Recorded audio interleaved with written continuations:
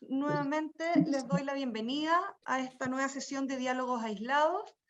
En esta oportunidad tenemos de invitados a Guillermo Acuña y a Rolando Abarca, quienes conversarán y reflexionarán en torno al concepto del oficio, la memoria de las manos, y una conversación que será moderada por Alberto Moleto, arquitecto docente de nuestra escuela, a quien dejo para que desarrolle la presentación, y él nos va a ir compartiendo también unas imágenes que van a ir contextualizando este diálogo aislado. Les pido a todos quienes quieran hacer preguntas, las pueden hacer en el chat y nosotros al final de la sesión podemos transcribirlas.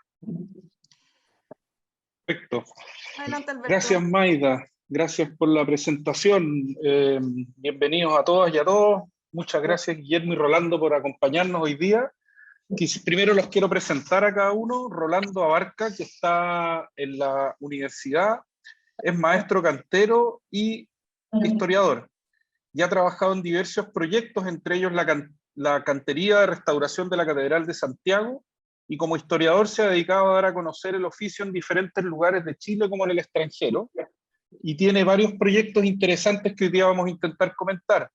Y en el caso de Guillermo Acuña, es arquitecto de la Universidad Católica y fundador de la oficina GAA, la cual se dedica a proyectos en distintas escalas, entre los cuales destacan el edificio Precisión, Vía Azul 2014 y la Isla Lev, en Chiloé 2020. Participó en el proyecto de 8 Quebrada y también hizo una exposición que se llama The No Project SSL, que fue realizada en el Maxi Italian en Roma en 2013. Así que muchas gracias a los dos. Y para iniciar esta conversación me gustaría, como el título lo dice, el oficio, la memoria de las manos, primero partir hablando un poco del oficio. Y en ese sentido me gustaría partir por un par de experiencias más personales que tiene que ver haber estado este día en esta charla de Enzo Mari en Inglaterra hace como 8 años atrás. Enzo Mari, yo creo que todos sabrán, es un arquitecto italiano, murió de COVID el año 2020 o 2019, junto a su señora, murieron como en la misma semana, y Enzo Mari en los 70 hizo un libro que se llamaba Las autoproyectaciones, que era un libro que él mandaba por carta. Uno lo publicó en el diario, uno le mandaba una lira en ese caso, y por una lira él te mandaba el libro de vuelta, y uno podía construir con sus propias manos una serie de mobiliarios domésticos, en el fondo. Y tenía esta idea como del oficio y de la autoconstrucción. Y en ese mismo sentido, hace un par de meses o un año en Santiago, inauguraron este lugar que se llama el Museo Taller, que muestra más de 800 herramientas antiguas que pueden ser utilizadas en carpintería, un lugar que está en el barrio Yungay frente a Nave, que es bien interesante, donde los niños pueden practicar y trabajar con estas herramientas. Y en ese entendido como del oficio y las herramientas, a mí me da la impresión que claramente que en ambos casos estamos hablando de, tanto en el caso de Rolando como en el caso de Guillermo, en la ejecución de un oficio, entendido esto como una actividad que efectúa un individuo y la cual se va aprendiendo a partir como de la experiencia del hacer, algo que tiene mucho que ver también con la arquitectura. Y en el tema como del hacer, el cómo se hace, tiene que ver claramente con la utilización de herramientas. Esta es una imagen del lugar donde vive Guillermo Acuña, en Chiloé, y que tuve la suerte de visitar en el mes de febrero, por otro tema, no tiene que ver con esto, y era justamente el día en que estaban recibiendo todas estas maquinarias para este taller de herramientas, porque el Memo tenía la idea de poder empezar a fabricar ciertos mobiliarios a un proyecto que le había llegado. Sí, puede ser que esté perdido en la historia, pero le había llegado un proyecto que era la construcción de un mobiliario, y había como la necesidad de aprovechar la mano de obra que había y de traer unas ciertas máquinas. Y en el caso de Rolando, haber visto una charla que está en YouTube, bien interesante, que habla de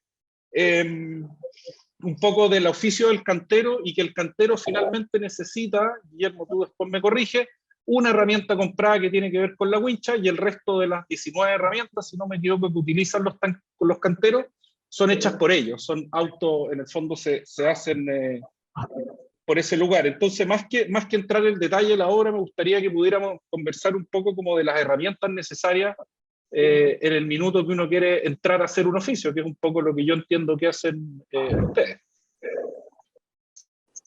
No sé, Rolando, si tú quieres comentar con respecto a esta, Sí. sobre todo el tema de las charlas. Ya, hola, ahora lo voy a saludar a todos. Sí, mira, el tema del oficio en las canteras es muy importante porque un cantero necesita 4 oficios para poder desarrollarse en la piedra. Que, por ejemplo, primero es, entre comillas, la herrería, estamos hablando de la fragua, donde al cantero no le venden herramientas, no le venden ninguna herramienta especial. Estamos hablando del cantero que, no es que el cantero que trabaja en el taller, sino el cantero que trabaja en la cantera. El que saca la piedra, el que hace el adoquín, todo. Entonces, él se contacta directamente con la fragua y lo que hay que hacer es que tiene que ir a comprar fierros, ponte tú a un lugar, fierro de construcción. Antiguamente se iba no sé, a un lugar donde se arreglaban los trenes, se compraban los resortes de los trenes, se llevaban a la fragua y se hacían los fierros buenos. Entonces ahora se eligen los fierros de la construcción, estamos hablando del 2H, 3H, y esos fierros se llevan a la fragua y se arreglan. Entonces el cantero en realidad lo único que tiene que comprar, de hecho el cantero sabe hacer hasta la escuadra, sabe hacer el nivel, y tiene que comprar la wincha porque por un tema de que también puede hacer una wincha, pero la puede hacer, si tiene que medir un trabajo, la puede hacer, arreglarla a la pintadera. Entonces se convierte en broma. Entonces, el cantero tiene, el primer oficio es la herrería, entre comillas, de que tiene que saber fabricar. Si el cantero no sabe fabricar su herramienta, no se puede independizar de su papá, de su tío, de su hermano mayor en la cantera. O sea, estamos hablando que el cantero para empezar a trabajar tiene que tener, entre comillas, una edad muy baja, que es entre los 14 y los 18 años, porque la motricidad de las manos le ayuda mucho al cantero a crear un buen oficio. Entonces, entre los 14 y los 18 años, él tiene que aprender herrería de primer nivel. Y cuando digo de primer nivel, es que cuando uno lleva el fierro a la fragua, tiene que dejarlo tan bien templado que si el fierro le llega a fallar, el cantero puede perder hasta un ojo. Porque si el fierro se quiebra, entonces estamos hablando de que un fierro, por ejemplo, si en la escala de Mohs, el fierro de la construcción, por ponerle un número, es 4.0, la piedra que el cantero trabaja es 4.6, perdón, es 6.0. Entonces la piedra es más dura que el fierro. El cantero tiene que tener la gracia de agarrar el fierro, meterlo a la fragua, darle la forma y darle un temple para dejarlo más duro que la piedra. Porque si no, corre riesgo de que la punta del fierro se le entierre en la mano, se le entierre en un ojo. Entonces, entre los 14 y los 18 años, él tiene la motricidad para aprender bien ese oficio. Entonces, el cantero es herrero, mampostero, porque tiene que saber hacer su mezcla. No sé, si el arquitecto le tira un plano, tiene que saber desarrollar un plano. Entonces, tiene que ser herrero, mampostero, minero artesanal, que le llamo yo, que es, entre comillas, y esto que queda aquí en la sala y entre nosotros, el cantero tiene que saber fabricar su pólvora. El cantero no puede comprar un explosivo para la piedra porque lo destruye. Ya, a diferencia del minero, el cantero cuando va a sacar una piedra del cerro, la saca para trabajarla. El minero la saca para eliminarla y sacar el material que busca. Entonces, el cantero se fabrica su propia pólvora a la medida de la dureza de la piedra.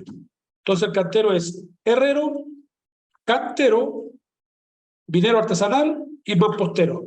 Entonces en esos 4 oficios, el oficio clave ahí es la herrería, la fragua, fabricar su herramienta. Entonces ahí el cantero, como les digo, se maneja mucho. Y yo en este tema igual soy un poco más mejor para las preguntas que para que me nazca decir las cosas. Entonces cualquiera que me quiera preguntar, pero eso es más o menos lo que le puedo contar del trabajo del cantero con respecto a la herramienta. Memo, y en el caso tuyo. Mira, en el caso mío, yo quiero partir un poco más, un poquito como más allá de la herramienta. antes de entrar como al oficio mismo y a las herramientas que se necesitan, ¿no es cierto? Claro, hay líneas como de los buenos carpinteros, los buenos ebanistas, también se fabrican sus propias herramientas, sus propios cepillos. A un japonés no va a ir a una ferretería a comprar un cepillo, eso no lo haría jamás, digamos, ¿te fijas? Hay una carpintería que sí se puede hacer con maquinaria, y en ese sentido quería leer un párrafo que a lo mejor nos puede iluminar, que es el párrafo de apertura de una conferencia que pronunció William Morris en el año 1894. Cortito. Y creo que como que pone como el tono en este tema que estamos mostrando. Así como en otras épocas se conocen con el nombre de la era del conocimiento, de la caballería, de la fe, etc., la nuestra puede llamarse la era del sucedáneo. En otros momentos de la historia del mundo, si no se podía poseer un objeto en particular, la gente se las arreglaba sin él. Y eso era todo. Es más, casi nunca era consciente de la ausencia de ese objeto. Pero hoy estamos tan bien informados que sabemos que existen muchísimas cosas que deberíamos poseer y no poseemos. Y como no nos apetece aceptar su simple carencia, creamos un sucedáneo para suplirlas. Y así esta proliferación de sucedáneos, así como me temo, el hecho de que nos contentemos con ellos, constituyen la esencia misma de lo que se haya dado en llamar civilización. Y yo creo que aquí está un poco la clave. Imagínense Morris en el 19, final del 19. Yo creo que aquí está un poco la clave de lo que nos está pasando con el diseño y las herramientas y el uso como del oficio en nuestro tiempo, ¿no es cierto? Hay un montón de herramientas que no necesitamos. Hay un montón de maquinaria que tampoco necesitamos para crear objetos que menos necesitamos. O sea, el hombre necesita muy pocas cosas. El cantero, imagínate tú, es 4 cosas, nos dice Rolando. Entonces, ¿cuántas cosas es el carpintero? ¿Cuántas cosas es el arquitecto? ¿Cachai? ¿Cuántas cosas es el constructor? Pocas cosas. Entonces, hoy día lo que nos pasa con la herramienta es que estamos llenos de cosas que no necesitamos. Habría que ver cuáles son esos cinceles del cantero, en el caso de la carpintería y en el caso de la arquitectura, ¿no? Que es mi caso. En el caso de la mueblería, ¿cierto? Y fíjate que me he dado cuenta que armando el taller de carpintería, claro, uno dice, pero mira, esta máquina hace esto, esta fresa hace este otro, qué sé yo, hay que comprar la Duby Felder porque los austriacos, bueno, la están rompiendo con unos niveles de perfección impresionantes. Entonces, el programa tal o cual para diseñar o para pensar las posibilidades del diseño y la construcción. En fin, estamos llenos de herramientas, llenos de herramientas que necesitamos. Y al final del día, estoy viendo cómo se van haciendo las cosas en el taller y las cosas se hacen con muy pocas herramientas, principalmente con las manos. O sea, antes del cincel, antes del cepillo, antes de la tupí, antes principalmente las manos. Entonces, creo que ahí hay un mundo también parecido. Me llama la atención la edad que define Rolando, ¿no es cierto?, para el oficio de la carpintería, entre los 14 y los 18, dijiste, ¿no, Rolando? Sí. Entre los 14 y los 18. Imagínate tú qué pasa si tú contratas a un niño de 14 años en la carpintería. Estás sonado. O sea, te meten preso por abuso infantil. ¿Cachai, no? Pero entre los 14 y los 18, no solamente la plasticidad de la mano, ni la motricidad fina diría como en su esplendor, sino que también está en la cabeza. Entonces, la cabeza está plástica, ¿no es cierto? Está atenta, está fácil, está, ¿cómo te diría yo? No sé, liviana, dúctil. Entonces, tan dúctil como la mano. Entonces, creo que lo que nos dice Morris en este pequeño parrafito es lo que nos damos cuenta los que estamos trabajando todos los días con la materia, ¿no es cierto? Que es salvaje. Hay un montón de maquinaria, hay un montón de inventos, pero también hay un montón de inventos que no sirven para ni una hueá. Eso es como el tema. Así que... Pero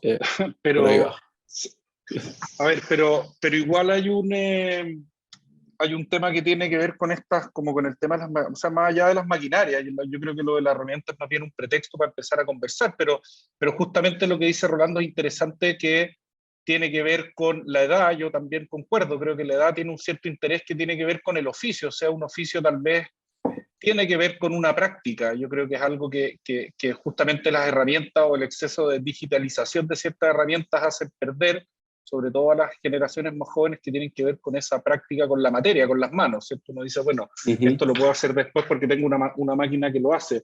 En ese caso, Rolando, hasta el día de hoy, esas generaciones están empezando a esa edad, siguen habiendo nuevas generaciones que a los 14, 15 años ya están empezando a aprender este oficio, o este tema va desapareciendo. ¿Qué pasa con eso?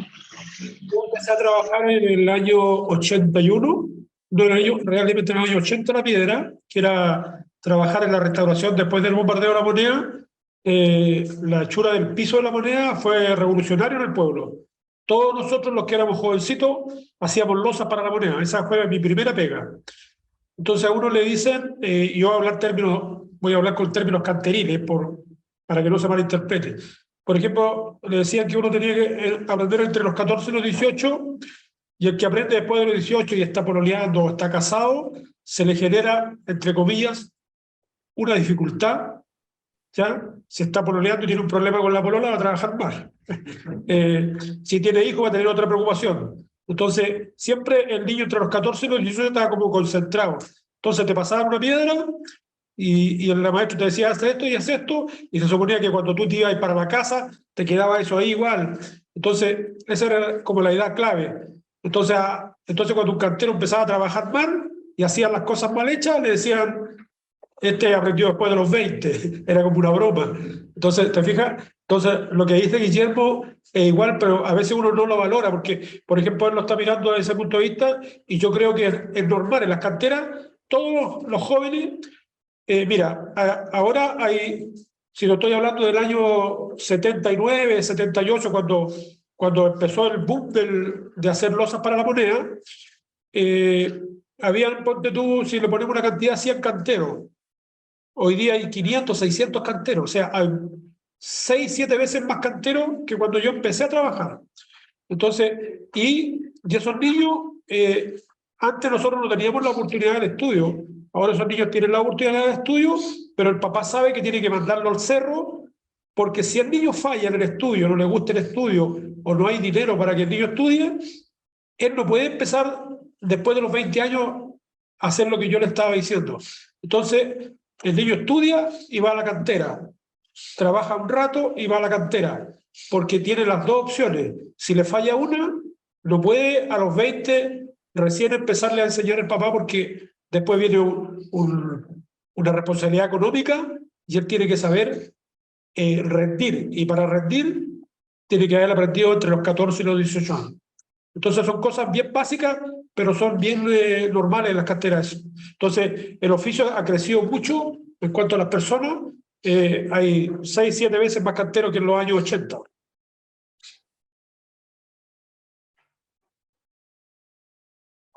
Sí, ahí tenéis toda la razón en eso. Es impresionante como la potencia que coincide con el ciclo de la educación media, fíjate.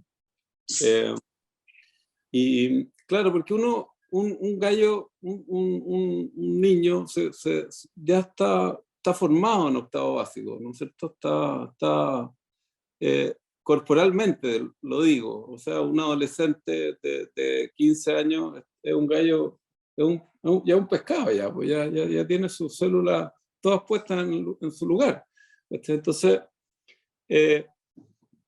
lo que se produce después, cuando hay esta ausencia de oficio y los tipos postergan las decisiones del oficio hasta después de los 18, ¿no es cierto? Después de salir de los colegios. Bueno, claro, ahí se perdió una oportunidad gigante de formación, de experiencia, de expertise, de ojo, de profundidad, de cómo estar en el lugar, ¿no es cierto? Como que hoy día cuesta mucho formar gente porque la gente no está en el lugar donde está haciendo la cosa. Está mirando el WhatsApp, está chateando con la polola, o está, qué sé yo, lo que sea, digamos, está en internet o en el Instagram, o lo que sea.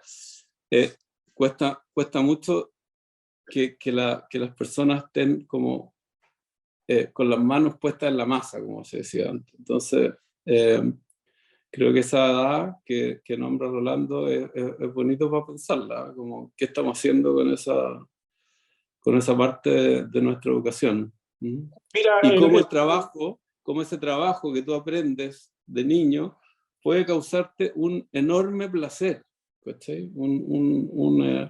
Cómo ese trabajo se convierte también en una posibilidad de ser feliz trabajando, ¿cachai? te enamoras del trabajo más joven. ¿Mm? Te enamoras del trabajo cuando lo aprendes Te joven. enamoras de tus manos, en el fondo. Es como un pianista no puede aprender piano a los 20 años. Sí, eso está claro, ¿cachai? Nadie puede ser músico, ¿cachai? Aprendiendo música a los 20 años. Es imposible, ¿cachai? Imposible. Entonces, esto es lo mismo. Quisiera cambiar un segundo como de tema y irme un poco más al tema de la memoria. Y yo diría que me parece como interesante, que tiene que ver con el oficio, por supuesto, y ligado a lo que veníamos hablando, con el uso de los materiales tradicionales que tienen, en el caso del Memo y de Rolando, con el uso de estos materiales tradicionales, pero tengo mi impresión, y puedo estar equivocado, que son distintos focos. En el caso del Memo tiene que ver como yo siento como con la reutilización de la madera, que todos entendemos a la madera como un material tradicional, pero desde una visión contemporánea, completamente ligada al oficio, ¿cierto? Y tiene que ver también con esta utilización como de nuevas tecnologías de la construcción en madera, que en algunos casos existen estas empresas que ahora uno en el fondo hace un proyecto, lo cortan, uno lo termina ensamblando, es mucho más preciso, hay menos pérdida de material, que tiene que ver por un lado con eso, con cómo se utilizan estos nuevos materiales, y también que yo creo que, tal vez también me equivoque, es que está ligado al caso de este lugar, que es el lugar donde vive el Memo actualmente, que tiene que ver como con la reconstrucción de este paisaje, a partir de la construcción de estas casas, pero también un tema paisajismo que conversamos en ese minuto, de estos frutales al medio, de hacer este lugar más, de alguna manera, más habitable, y tiene que ver por supuesto, con el tema de la reconstrucción, con esta arquitectura, con el uso de la madera, con el uso del color, con el uso como de ciertas herramientas que dan precisión. Y en paralelo, que yo diría que es opuesto, tiene que ver con Rolando, que en el fondo él usa la piedra al revés, es como utilizar las herramientas o los materiales a partir de cómo se utilizaban antes, en el fondo, y por eso viene este tema de la tradición y del uso de la piedra y las herramientas, Esta es la, no sé si es una imagen precisa de ese espacio, pero en una charla Guillermo hablaba de la reconstrucción de la calle Pedro Valdivia, ¿cierto? La restauración. Y este es el otro tema, y aquí un poco los quiero dejar a ustedes conversar, que esta es una nota, un texto de la época de 1888, cuando se produce la demolición del puente Calicanto, y un poco la visión que tenía la gente con respecto a ese puente, y cuáles eran los comentarios de la época, ¿cierto?, en el diario. Y también tiene que ver con esta... tema que ha planteado Rolando en algunos lugares, que es de la reconstrucción de parte del Calicanto, a partir de, primero, la tradición de estos canteros, ¿cierto? Y cómo trabajaban la piedra, y de este elemento que es absolutamente parte como de la memoria colectiva de Chile, y él plantea como la reconstrucción de este elemento, ¿cierto? Que hay unas imágenes del puente Calicanto, pero me gustaría partir en el caso un poco hablar del tema de la madera y del uso de estos materiales tradicionales a partir de, no sé, yo siento de una visión más contemporánea del material. O puedo estar equivocado, no sé, no me quiero tener. O sea, en el caso de la madera, o en el caso de las cosas que hacemos en madera, yo diría que lo único contemporáneo que hay es poder ocupar madera con una cierta trazabilidad y ocupar una robotización para hacer los ensambles.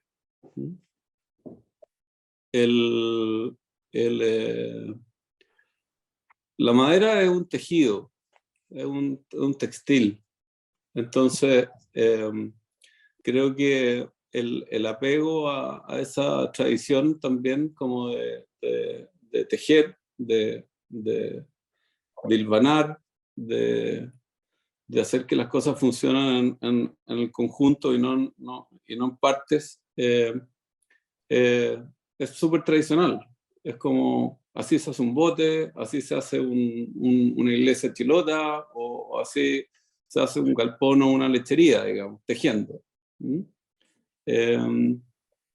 También hay un tema con las escuadrillas, digamos, con las dimensiones de esas escuadrillas. Si bien es cierto que sí, trabajamos con madera laminada, sí, trabajamos con bosques que se supone que tienen un cierto impacto ambiental, entre comillas, positivo.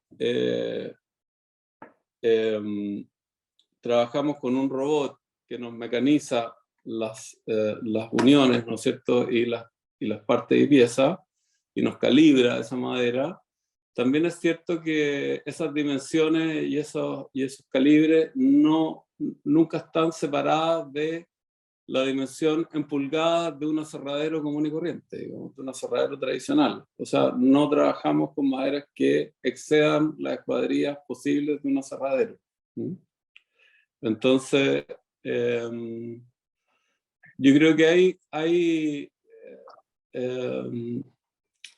hay como, no sé, en las partes de piezas sí, hay una manera de hacerlo nueva, quizá con nuevas tecnologías, o nuevas colas, o nuevos barnices, o nuevas tinturas, o qué sé yo. Pero la forma como del ensamblaje y de la estructuración y el espacio final es súper tradicional.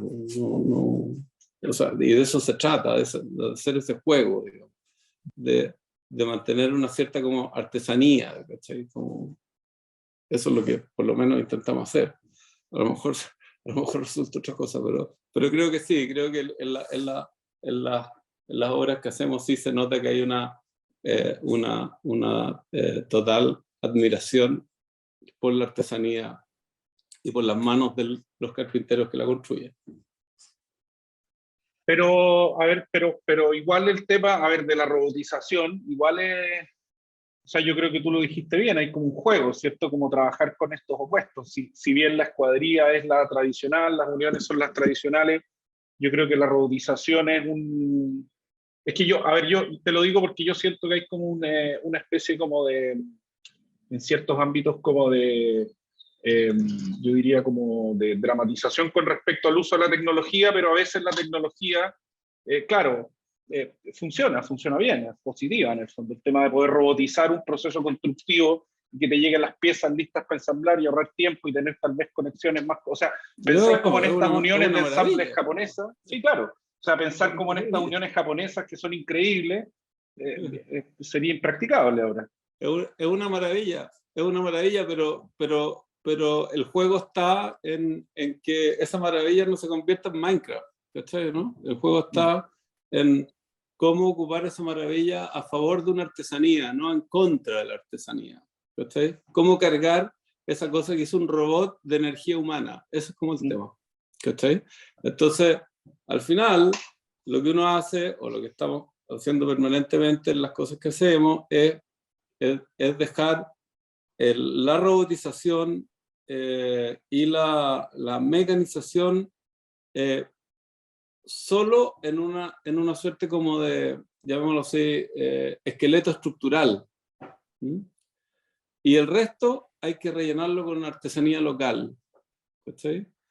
Y esa vestimenta, esa piel que se va generando en torno a ese esqueleto es la que carga a la obra de energía humana, ¿no? Como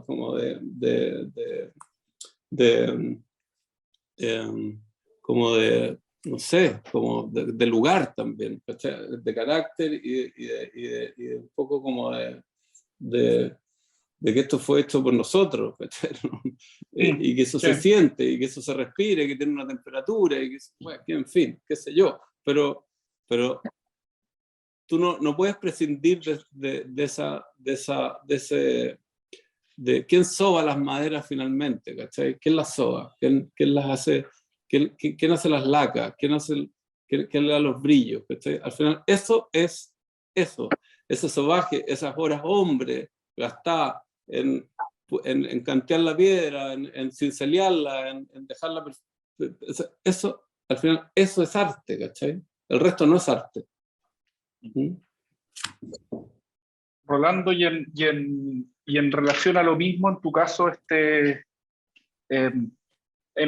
que yo decía un poco, que yo siento que hay un tema opuesto que tiene que ver con que lo tuyo es...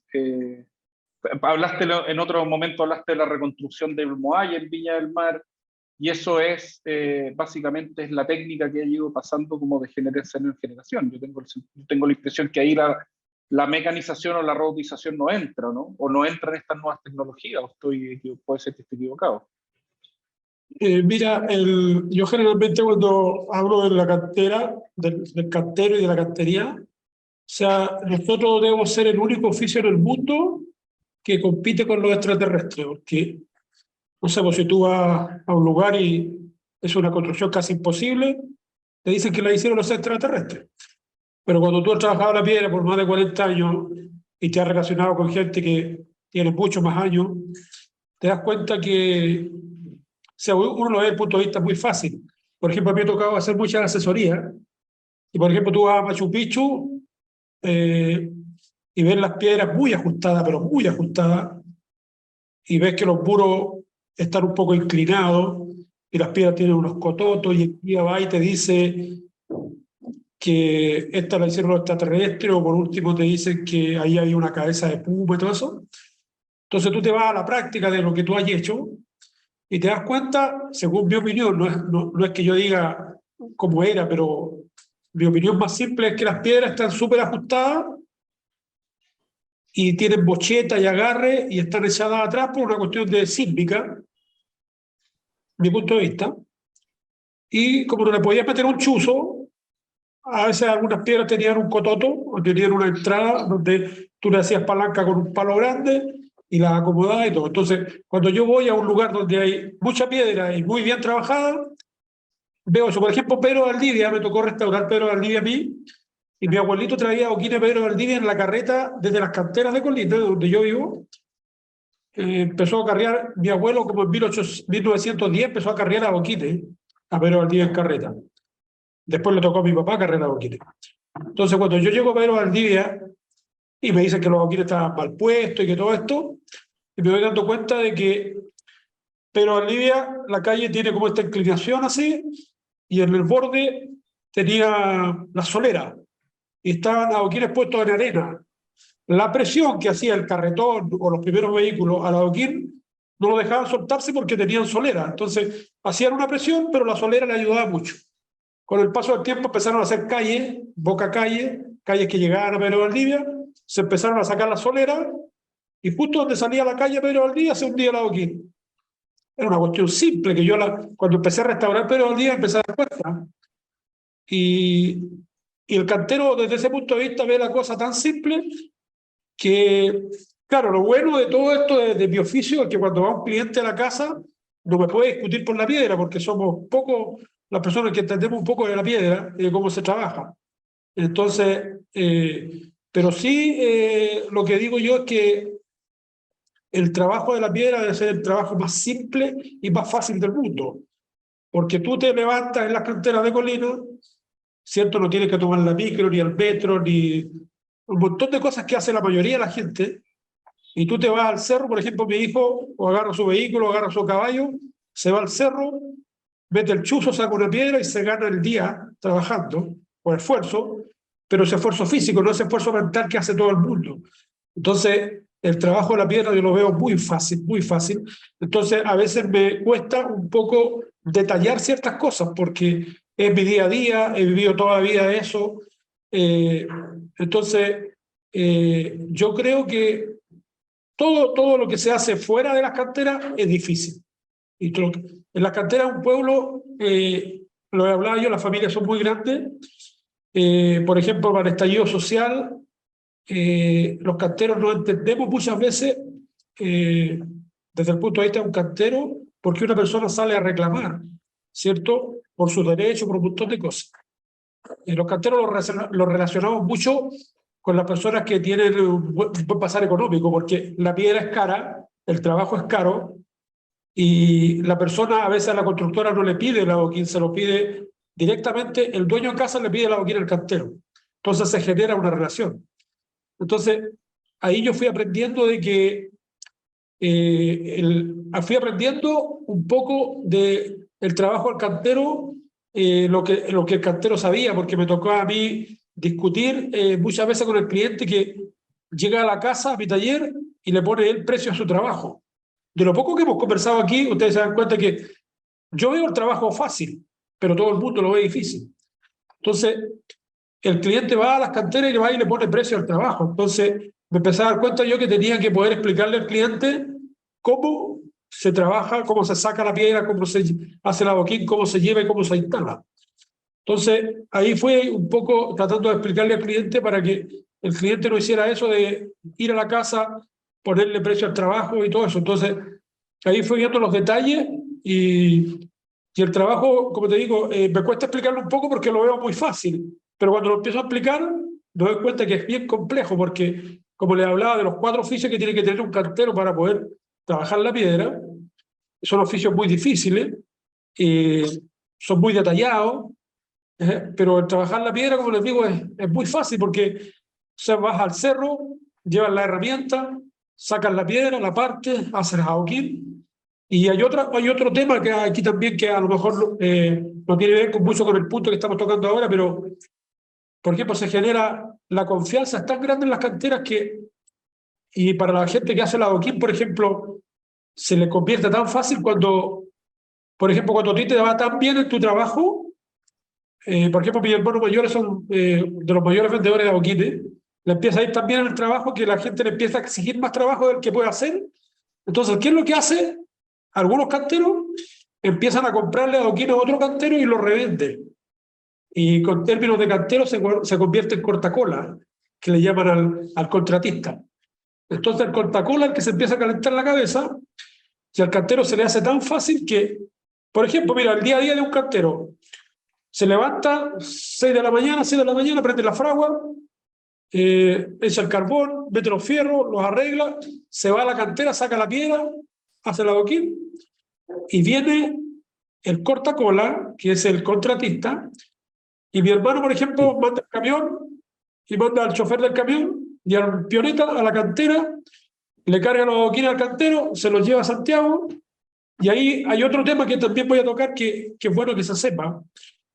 En las canteras existe un mundo totalmente diferente porque la confianza que nosotros a veces no la valoramos es que, por ejemplo, cuando yo hacía adoquines, le vendía adoquines al señor Romero y el señor Romero me cargaba adoquines el día lunes en la tarde y yo le vendía 100, le pasaba 100 adoquines, el señor Romero lo anotaba, se los llevaba y eso lo hacía con mucho y yo recién venía a ver el dinero el día viernes.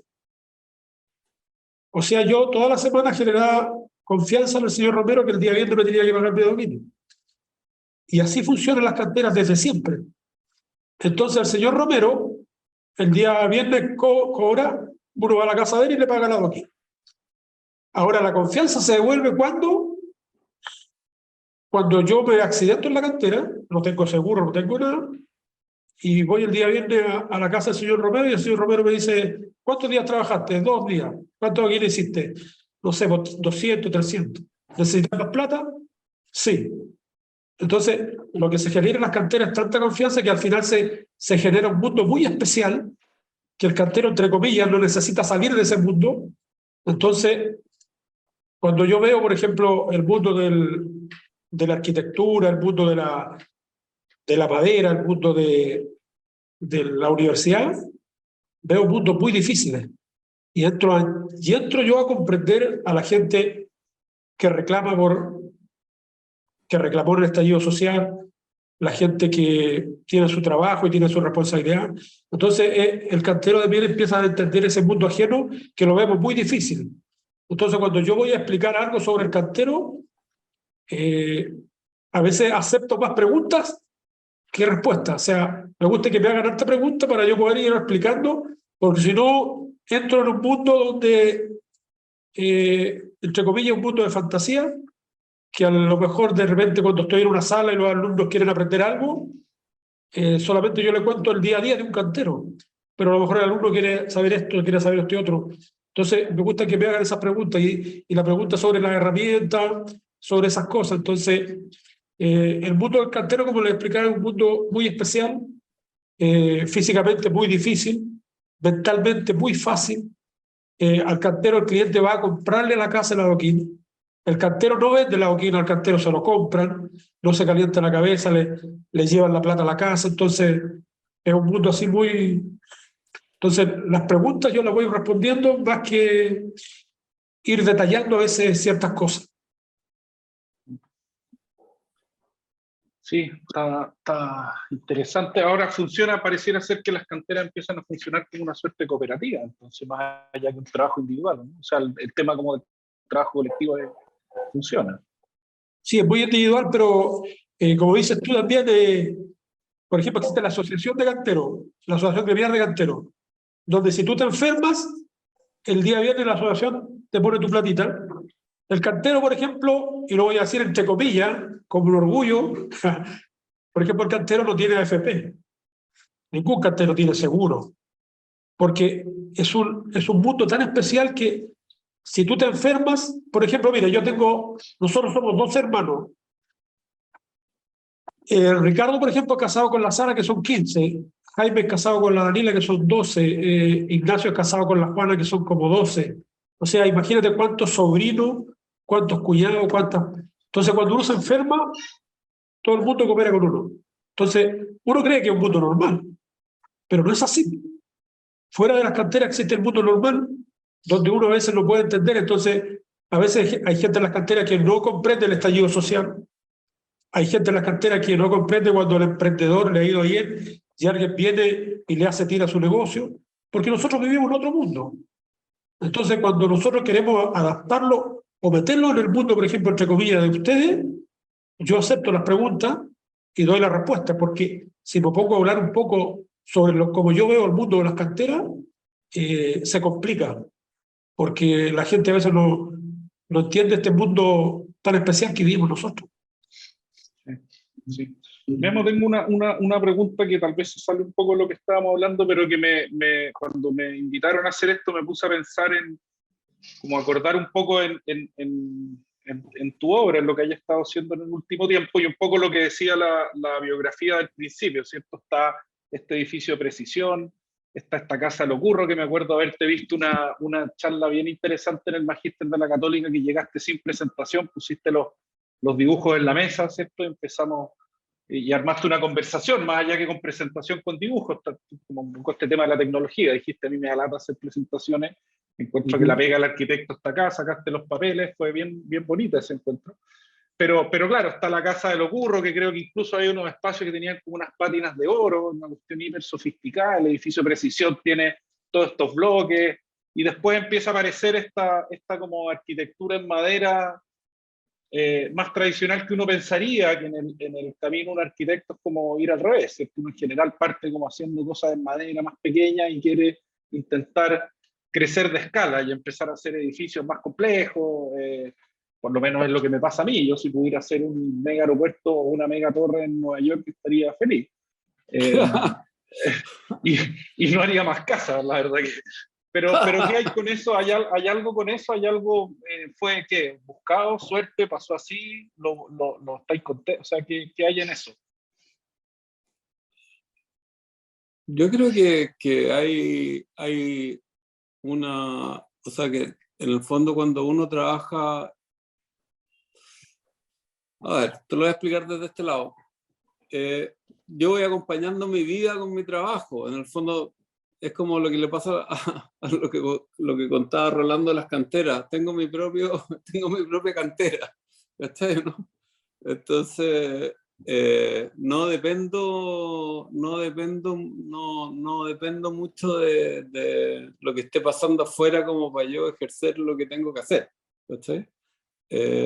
Siempre he vivido como, o sea, nunca he tenido una oficina formal, ¿cachai? Nunca he tenido, siempre he trabajado en la casa, ha sido como siempre la gente que ha pasado como ayudándome o trabajando conmigo, siempre ha sido como, siempre estamos como una suerte como de laboratorio, así como de tallercito, muy doméstico, ¿cachai? Muy doméstico, muy doméstico. Entonces yo en lo doméstico me siento como pez en el agua, ¿sí? Creo que tengo mucho que aportar ahí, ¿cachai? Y al revés que tú, no me desvela para nada hacer un rascacielos ni un aeropuerto en Nueva York, ¿cachai? O sea, me daría una lata enorme, de esto, encuentro una cantidad de pegas espantosas, sino que me entretiene mucho poder hacerlo desde mi casa, que no me muevan mucho, ¿cachai? Entonces, también tiene que ver un poco con el carácter de uno, y te las vaya arreglando, así como dice Rolando, que bueno, él lo llega a buscar a su casa a comprarle los adoquines, bueno, te las vaya arreglando un poco así. No, nunca, trato de no entrar en un mundo muy sofisticado, ni de mucha tecnología y de mucha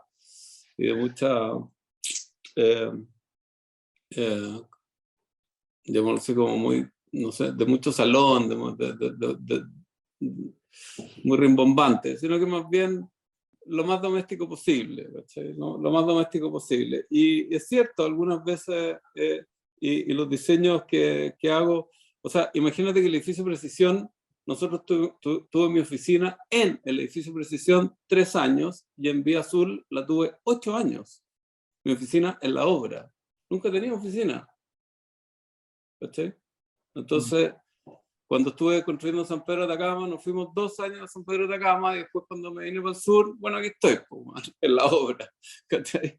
Entonces, practico una vida bien parecida a la de Rolando. Tampoco tengo AFP, tampoco tengo seguro, ¿cachai? Tampoco vivo un poco bien del día, bien al 3 y al 4, y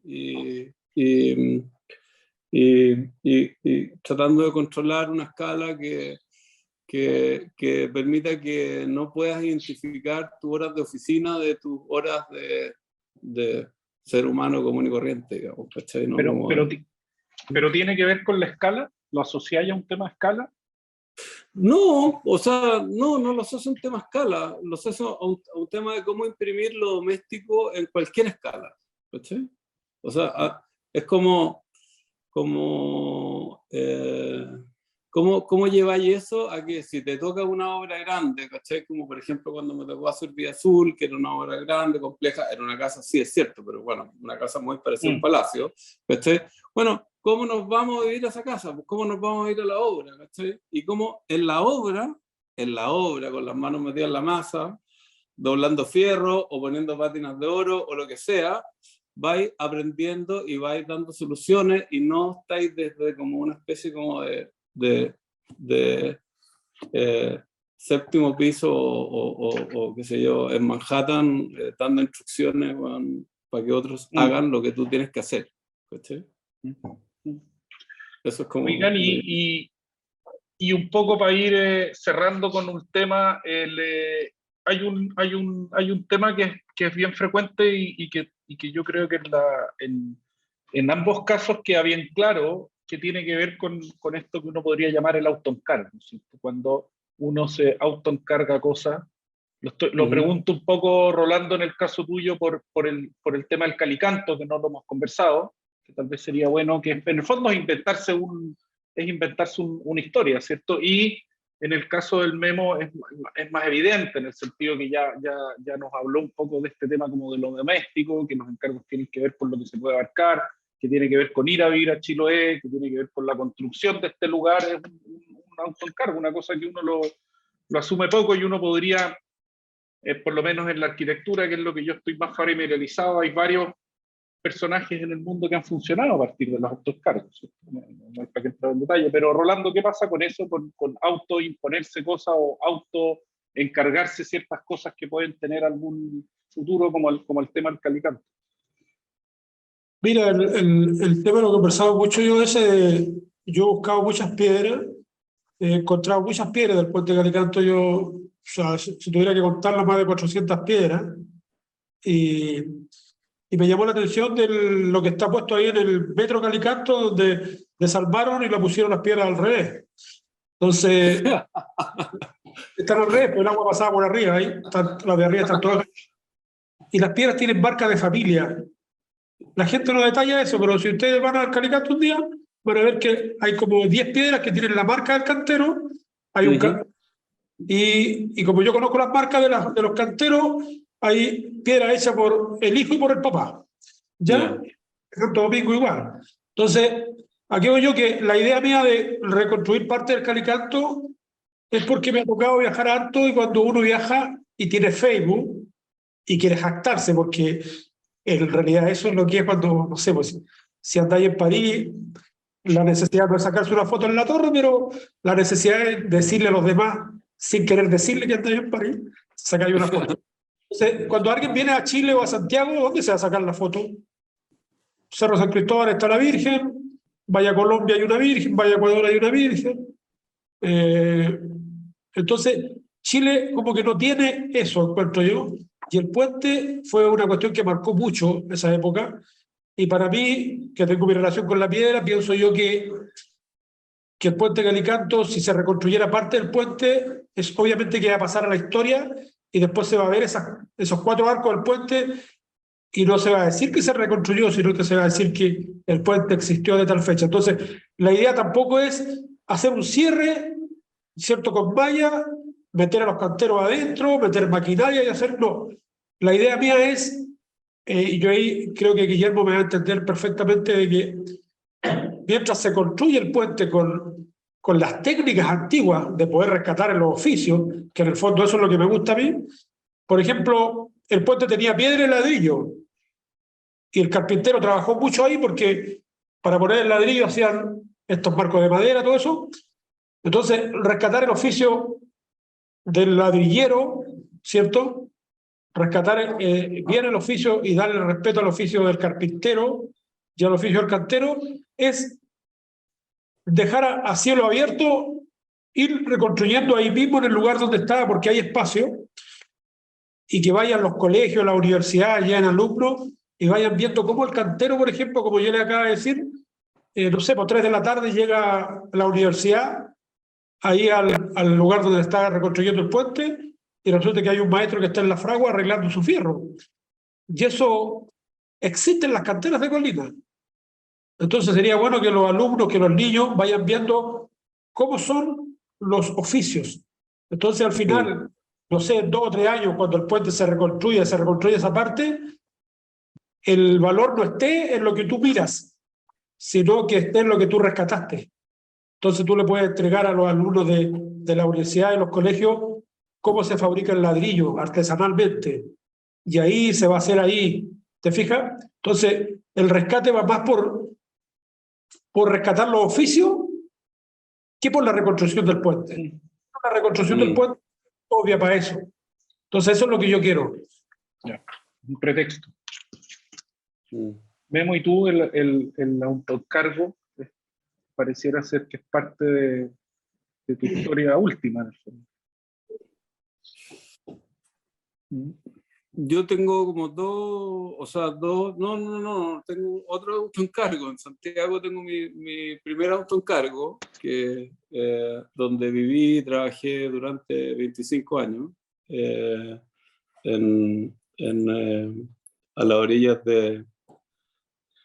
del estero de Larrañán, y donde ahí también hicimos, bueno, hice muchas cosas, hice un pequeño jardín muy lindo, no sé si tan chico tampoco, pero muy lindo. Allá hoy día un jardín adulto.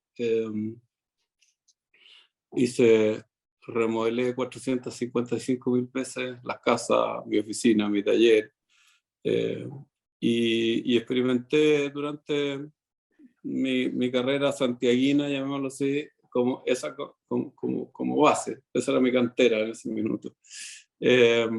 Y ahora estoy con este nuevo autoencargo, que es venirme acá al sur de Chile, un poco haciendo lo mismo, reforestando, reconstituyendo un pequeño islote de 5 hectáreas que pretendo devolverlo en unos 20 años más convertido en el bosque que fue. Y con este proyecto de carpintería, con la oficina, haciendo estas pequeñas casitas desparramadas por los fiordos. En fin, creo que el autoencargo es fundamental, porque es como no sé, a mí me hace mucho sentido para mi vida, digamos, ¿cachai? Como que une las pasiones, ¿te fijáis? Une las pasiones, eso es lo que hace, ¿cachai? Entonces tenéis todo junto, está todo ahí, está la cocina, están los cinceles, están los serruchos, están las plantas, están los niños, está qué sé yo, está la vida ahí, ¿cachai? Entonces, y genera esta sensación de comunidad, o de gremio, o de familia, ¿no? Que yo no sé cómo la más gente sí, lo resiste un poco en la ciudad. Yo concuerdo con Rolando, no estaría un minuto ahí, ¿cachai? Y me cuesta entenderlo porque están ahí. Entonces, pero en fin, va como desde esa lógica, como de juntar las pasiones. Sí, perfecto. Bueno, yo para poder ir cerrando, quería ver si el público, alguien tiene alguna pregunta que quisiera hacerle a los invitados. Maida, yo no sé si tú tienes alguna pregunta. No, lo mío justamente iba por el tema por tu última pregunta respecto al autoencargo, que era algo que me interesaba en el fondo conocer por parte de ellos. No sé, Sole, si es que hay alguien en la sala que quisiera hacer alguna pregunta, o Rolando, tú que los tienes ahí de frente. Sí, una. Vamos en el tema de cómo se transmite cómo se educan a los canteros. ¿Tienen un maestro y muchos alumnos con ese maestro? ¿Es familiar? ¿Cómo es la transmisión de sabiduría? La transmisión Mira, el cantero lo primero que tiene que aprender es hacer adoquines. Después hace adoquines, instala adoquines, después va al taller, hace una pileta, o sea, pero lo primero que se hace es aprender a hacer adoquines en el cerro.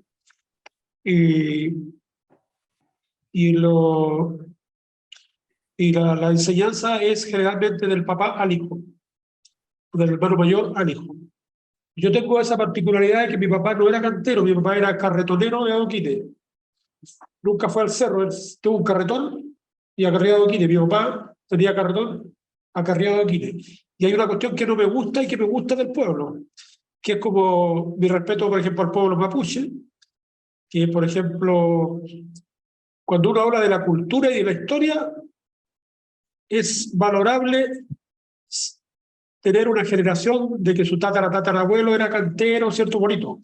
Pero cuando se trata de calidad de trabajo, no necesariamente si tu tatarabuelo era cantero o no, tú vas a trabajar mejor. Entonces a veces se generan discusiones en eso, pero también me gusta porque, por ejemplo, la familia de mi señora es una de las familias más antiguas de las canteras. Y en las canteras mi señora es como la quinta generación, las canteras. Pero los abuelitos de ellos venían del Cerro San Cristóbal. Entonces, y a mí me gusta así, de repente se generan discusiones porque mi abuelito no tenía el estatus que tenía el abuelito de él, porque era cantero y mi abuelito carretonero. Entonces, ahí depende del punto de vista de uno lo mire, es bonito, pero la tradición se va pasando de padre a hijo. Y como les decía, por ejemplo, mi obligación cuando mis hijos empezaron a crecer, era que tuvieran el respaldo de tener el oficio por si le iba mal o no le gustaba hacer. Entonces, lo que yo entiendo y lo que yo he aprendido con el paso de los años, y no es para justificar de repente de que tengo menos plata que otros, pero sí entiendo de que cuando uno tiene una relación directa con las manos y el trabajo y le gusta, la felicidad es casi completa porque el dinero pasa a segundo lugar en eso. Y eso yo creo que cuando te lo enseña el papá o te lo enseña el tío o el hermano mayor, entonces el oficio en las canteras es muy respetado por todo el mundo. Y a mí me gusta cuando el cantero dice, no, es que mi tatarabuelo era cantero, es un orgullo genial, bonito. Pero también hay que respetar al otro. Es como cuando yo discuto y digo, yo no sé, pues el pueblo mapuche dice, no quiero que aquí entren los carabineros, no quiero que entre el presidente.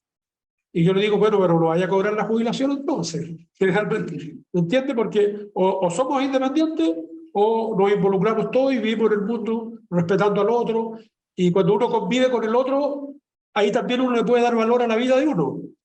Entonces no hay que aislarse tampoco. Pero nosotros vivimos en un mundo especial, en un mundo muy especial.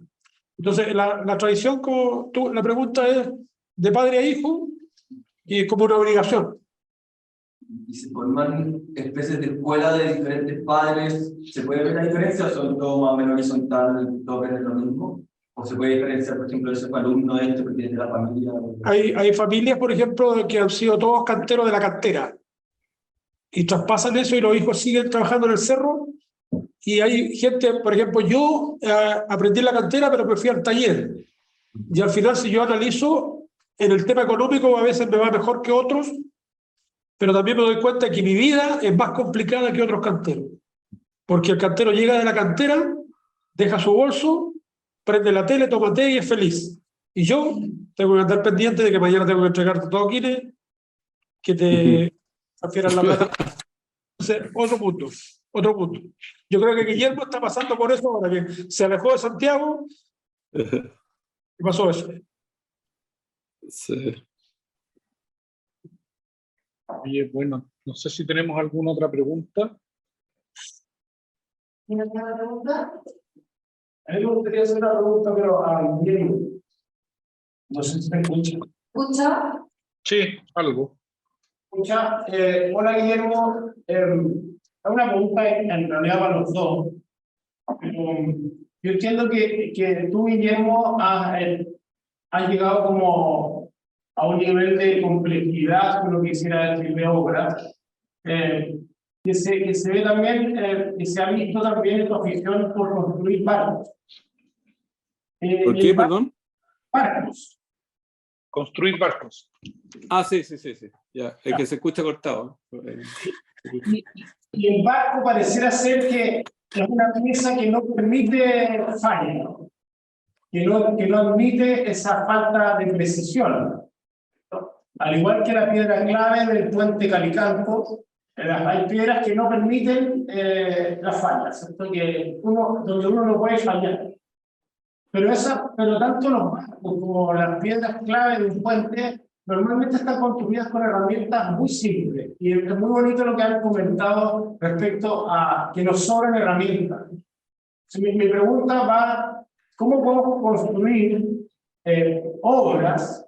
¿Cómo podemos acercar a la arquitectura desde esa herramienta simple? ¿Y cuáles, según tú, ves que son las herramientas clave para un alumno de arquitectura? Ya, mira, primero va a contestar, perdona, escucho cortado, ¿va a contestar Rolando? Sí. ¿Contesto yo? Contéstalo, contesta. Ya. Sí, dale. Lo primero que enseñan los barcos es que tú puedes construir solamente lo que se necesita. O sea, solamente lo que es lo que trabaja, solamente lo que funciona. Por lo tanto, cualquier cosa que esté alejado de esa primera concepción de utilidad está fuera del problema. ¿Mm? Entonces, y eso te deja un montón de herramientas afuera. ¿Sí? Así, para empezar a conversar. Eso, hay herramientas que son totalmente útiles y que llevan años como tienen un nivel de, llamémoslo así, como de profundidad y sabiduría que hacen que la materia que tocan tenga ese mismo nivel de profundidad y sabiduría, y que no hay nada en ella que pueda complacer llamémoslo así, la tendencia, el estilo o qué sé yo, la moda finalmente, digamos. Es muy austera la producción, la construcción de barcos. Es muy, muy austera, muy precisa, pero es precisa en ese sentido, no es precisa en el sentido de, imagínate tú que todas las vigas en una lancha del sur de Chile se hacen hachuelas, o sea, se trabaja con una hachuela. No hay una precisión milimétrica en el sentido de un encuentro de una cuaderna con una quilla, sino que lo que es preciso es que esa cuaderna y esa quilla funcionan juntas contra la ola, digamos, ¿te fijáis? O contra el desplazamiento del agua. Por lo tanto, yo creo que una de las maneras que uno tiene como para discernir, ¿no es cierto?, lo que se precisa, lo que es útil y lo que es verdadero de lo que no, es súper fácil, es hacerlo trabajar. Una piedra clave trabaja, es útil y tiene una función en el arco que no puede ser reemplazable, digamos, ¿te fijas? Y para eso se necesita un buen cincel y un buen granito, supongo, ¿no es cierto? Entonces, creo que en el caso de la arquitectura, claro, en el caso de la arquitectura tiene mucho más licencia de otros tipos que solamente la utilidad, ¿no es cierto? Entonces, o en el mundo del diseño, ¿para qué decir? No sé, hay 400.000 tipos de sillas, 50.000 millones de mesas de comedor, en fin, y pueden ser infinitas también las variaciones, ¿sí? Pero al final, ¿qué se necesita para comer bien? Una mesa con 4 patas y una banca carpintero. Eso es lo que se necesita. Todo lo demás está de sobra. ¿Mm? Entonces, veamos cuáles son las herramientas para construir esa mesa con 4 patas y esa buena banca de carpintero. ¿Sí? Yo lo vería por ahí. El gran trabajo del arquitecto es limpiar, más que adicionar. ¿Sí? Es hacer un gran esfuerzo por llegar a que las cosas tengan una relación entre masa, peso, textura, temperatura y luminosidad que sean esenciales y que no sean simplemente decorativas, ¿cachai? Es como, ahí va. Y herramientas para la decoración, está lleno, está lleno, está lleno.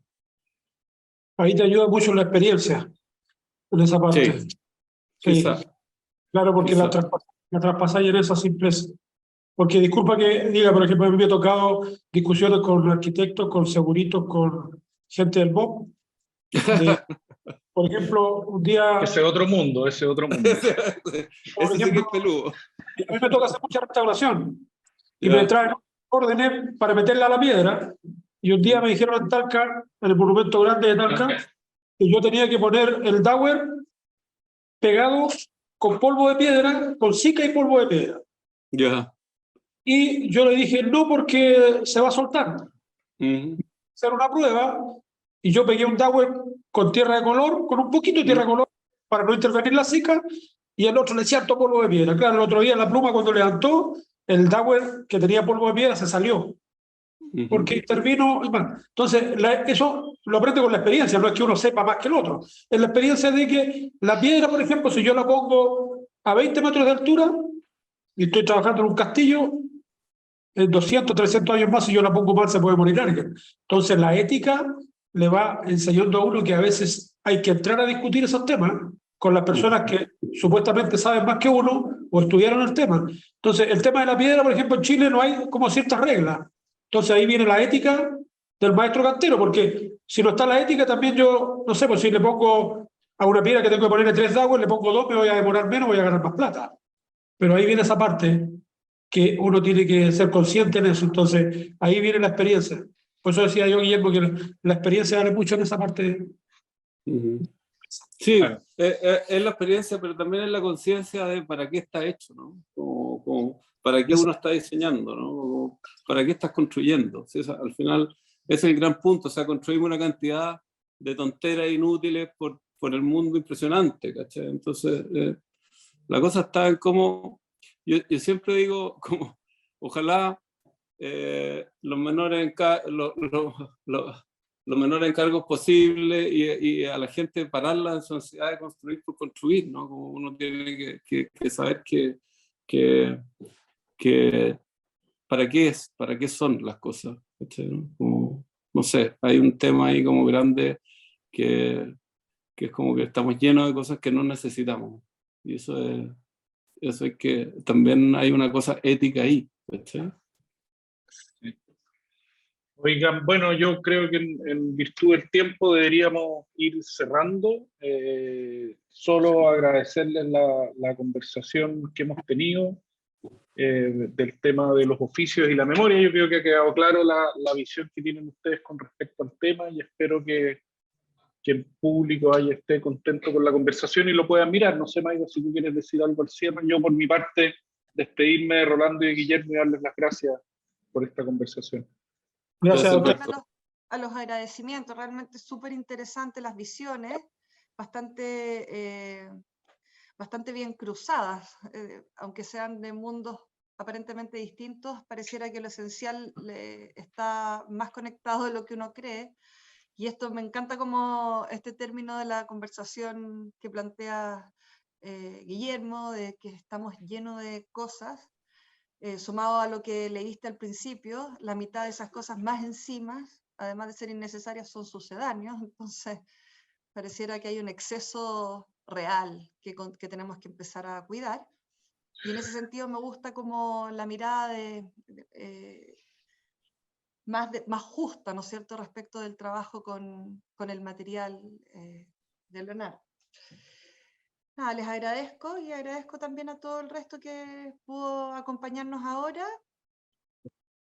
Y un aplauso, al menos para los que Gracias están por la ahí invitación. en el aula 2. Muchas gracias, Guillermo, muchas Chao, chao. gracias.